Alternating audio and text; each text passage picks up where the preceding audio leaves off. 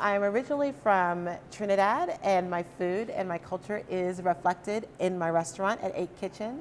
So today we're going to explore the amazing and vast, we're going to touch on, we're going to dip our toe into the vastness of African food and African herbs and the foodways to which we in the Caribbean and even us in the United States have been able to utilize these indigenous fruits and vegetables. So if you can see in front of me right now, we've got just a few. And as I said before, we're dipping our toe into the vastness of the cuisine and the food from Africa. I'm just going to walk us through a little bit and talk through things that we didn't even know. So for instance, watermelon originated from a bitter melon in Africa. The original version of the watermelon was used as a hydrating element for people traveling far lands. Tracing it back to here, we're still using watermelon as a hydration element in these crazy summer Texas heated days, right? So to see how we're not that far removed from what we've been doing for centuries now is super amazing. A lot of it came from Africa via the transatlantic slave trade. Particular grains of rice comes from Africa. In doing research, I realized that the famed Carolina gold rice is a variant of a grain of rice that's specifically from the African region of Senegal. So they were brought over to plant the farms in North Carolina, but that's where the rice comes from in North Carolina. I thought that was super amazing. Plantains, which is something that's also indigenous to Africa, but also something that's used in Mexico and in the Caribbean. We use plantains as a starch all of the time, is something that slaves would eat on their way here to give them strength through the slave trade. We also have okra, which we all know from the South, but this also again is gumbo, is what it's called in Africa. And we all know from here that what gumbo is, and it's not real gumbo without okra. Black-eyed peas, we've got peanuts, sugar. Sugar is an Arabian thing, because you gotta think, Africa isn't just Nigeria and Ghana. Africa is vast, and it includes cultures and ethnicities that are overwhelming at some points. So when we're pointing out these different ingredients, it's coming from Northern Africa, Central Africa, Southern Africa, Senegal, Arabia. Sugar is an Arabian product. The sugar trade, we've all learned about that in school. These are all things that we use every single day. The kola nut. Without the kola nut, which is an indigenous African seed, there would be no Coca-Cola. So when you go back and you trace, we've got turmeric here, and turmeric is known for its healing powers. And I think now in 2020, we've realized that turmeric has immense healing powers across the board. And I'm really happy that it's getting its shine. It's also what we use in the Caribbean in our curries. And I believe in Asia, they use it as well, in their curries as well.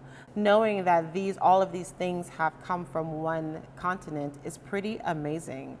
Cumin, which is something that's also indigenous to Mexico, is also something that comes from Africa as well. And what else we have here? We've got oats, we've got dates, and we have cassava. Cassava is a provision.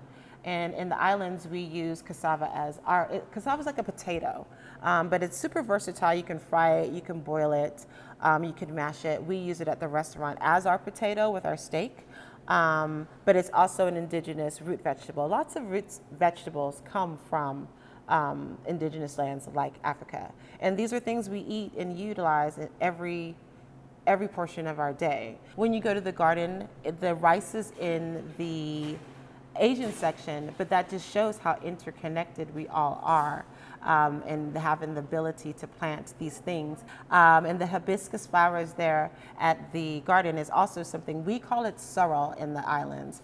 And I know that in Mexico, it's called hibiscus flower. We use it in a multitude of ways. Actually, today we're going to cook with it in a little bit. What else do we have? We got black-eyed peas, which we're all super familiar with. Also an indigenous vegetable from Africa, or legume from Africa. And then we've got dates and yam, which is a kind of a version of a sweet potato. It's not as sweet as a sweet potato, but also indigenous to Africa. coffee originated in Africa as well. And the garden has a great job of they're actually growing coffee beans at the garden. But to know that something that Americans specifically, we drink our coffee, we love our coffee, is something that also originated from Africa. I utilize these ingredients in my cooking every day. I've grown up eating okra. We do okra with spinach and we steep it in coconut milk. And this is just family food to me. If you know anybody from the islands, we take our food and our culture seriously, and I'm super excited to be able just to share the things that I've grown up eating and have kept it 100% authentic, and be able to share it with people who've never had, a callaloo before. Callaloo is another bush that's similar to spinach that's grown in Africa and came through Africa to the Caribbean, and it grows in abundance. So growing up, I come from a cooking family. My mother is the resident family cook, so every event was at her house. So growing up, very early on, I was thrust into the kitchen to cut vegetables and peel potatoes and peel garlic. My love of food is ingrained in me. I think it's kind of something that is hereditary because my family in Trinidad also are chefs. They own a catering company there. So, and my mother is a chef, is a cook right now. So I think that just inherently I was supposed to be a chef. And when I transitioned into this profession about 12 years ago, I knew the type of food that I wanted to cook. I knew that I wanted to introduce my flavors from my country into an environment that's never seen that before. So that's why I've decided to 100% lead the way in Caribbean cuisine. People aren't familiar with Caribbean cuisine. We are a very diverse ecosystem of people. Jamaica is not like Grenada, which is not like Trinidad, which is not like St. Lucia, which is not like St. Croix, which is not like Tobago, which is not like Trinidad, which is not like St. Kitts. We are all intertwined on the islands, and so our foodways and our food passages all reflect that. We have our version of callaloo. Jamaicans have their version of callaloo.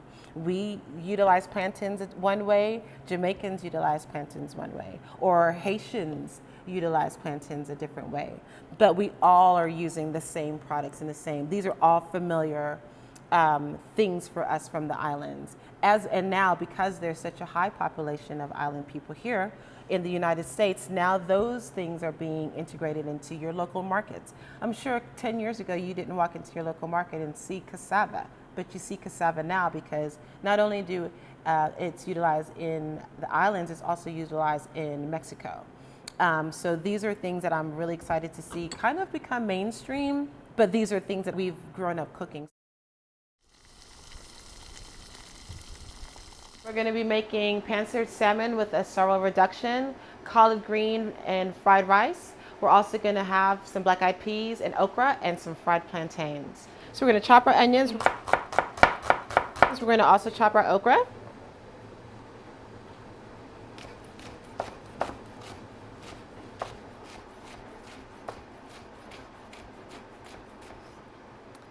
And now we're going to sear our fish.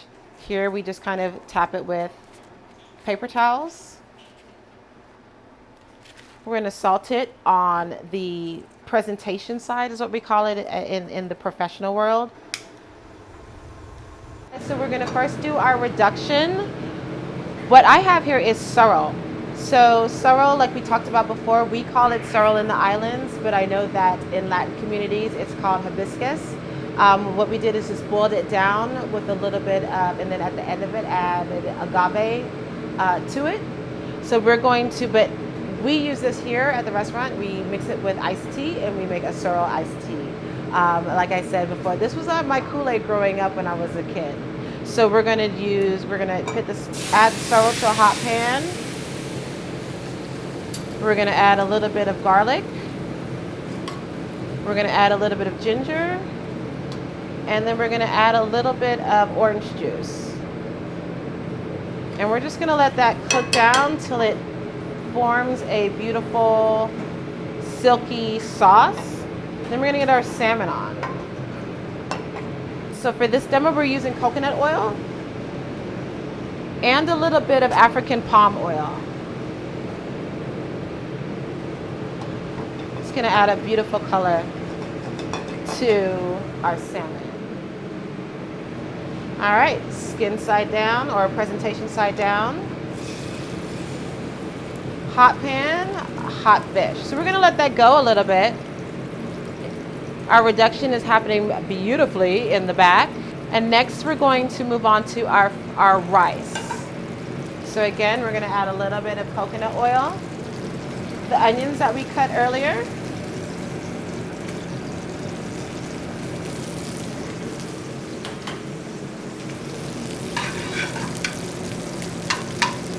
We've got our onions going, we've got our salmon searing, and our reduction going.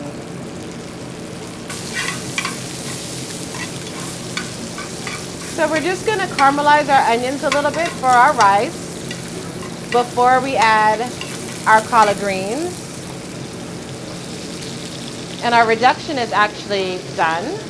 Super smooth, silky. That garlic and that ginger is coming through. There's amazing ginger plants at the garden, so make sure when you guys go and visit, you check that out as well. To our rice, we're going to add our collard greens, and our collard greens are actually cooking in the back.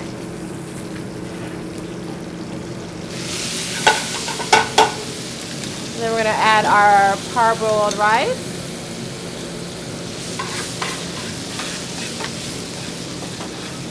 A little bit of salt.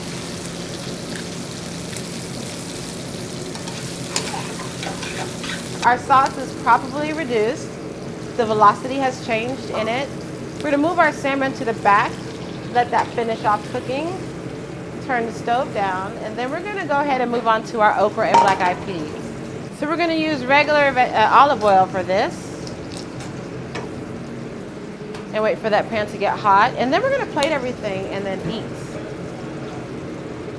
We're gonna add our okra, and we're just gonna let that okra cook down for about 5 minutes.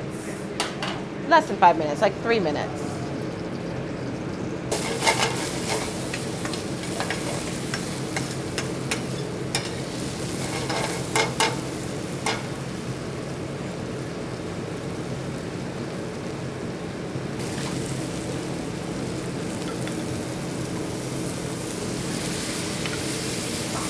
In our black eyed peas, we have ginger, we have thyme, all of which, like I said before, is at the garden.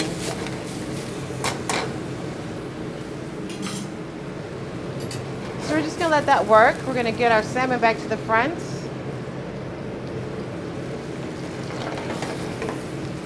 We're gonna flip it and then let it finish searing on the other side.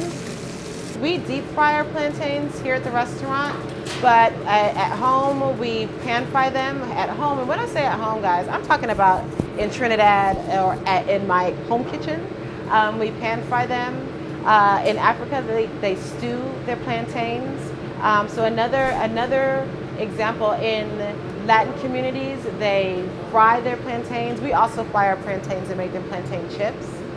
So that's just another example as to how one fruit has multiple different is used in multiple different varieties across multiple regions, a bunch of different ways.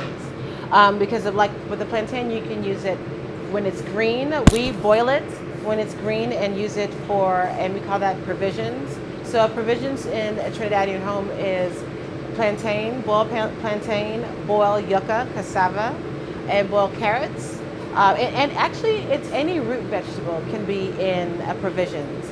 Provisions isn't one thing, it's a multitude of different root vegetables boiled down and cooked with fresh vegetables like spinach and a fish, typically.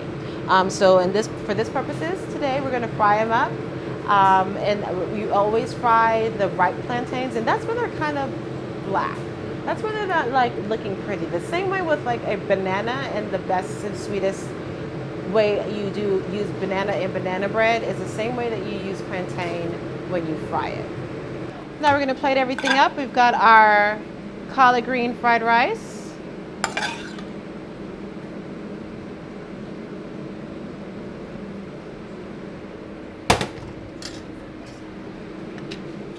Our okra and black eyed peas.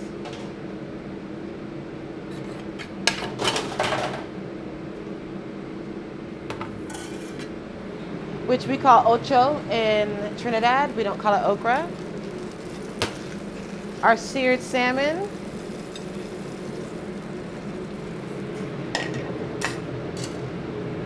And our beautiful sorrel hibiscus reduction.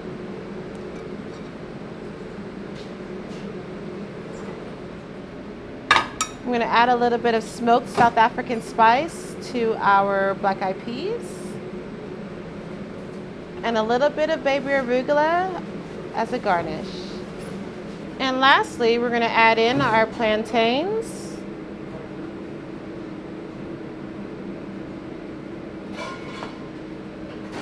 And there you go.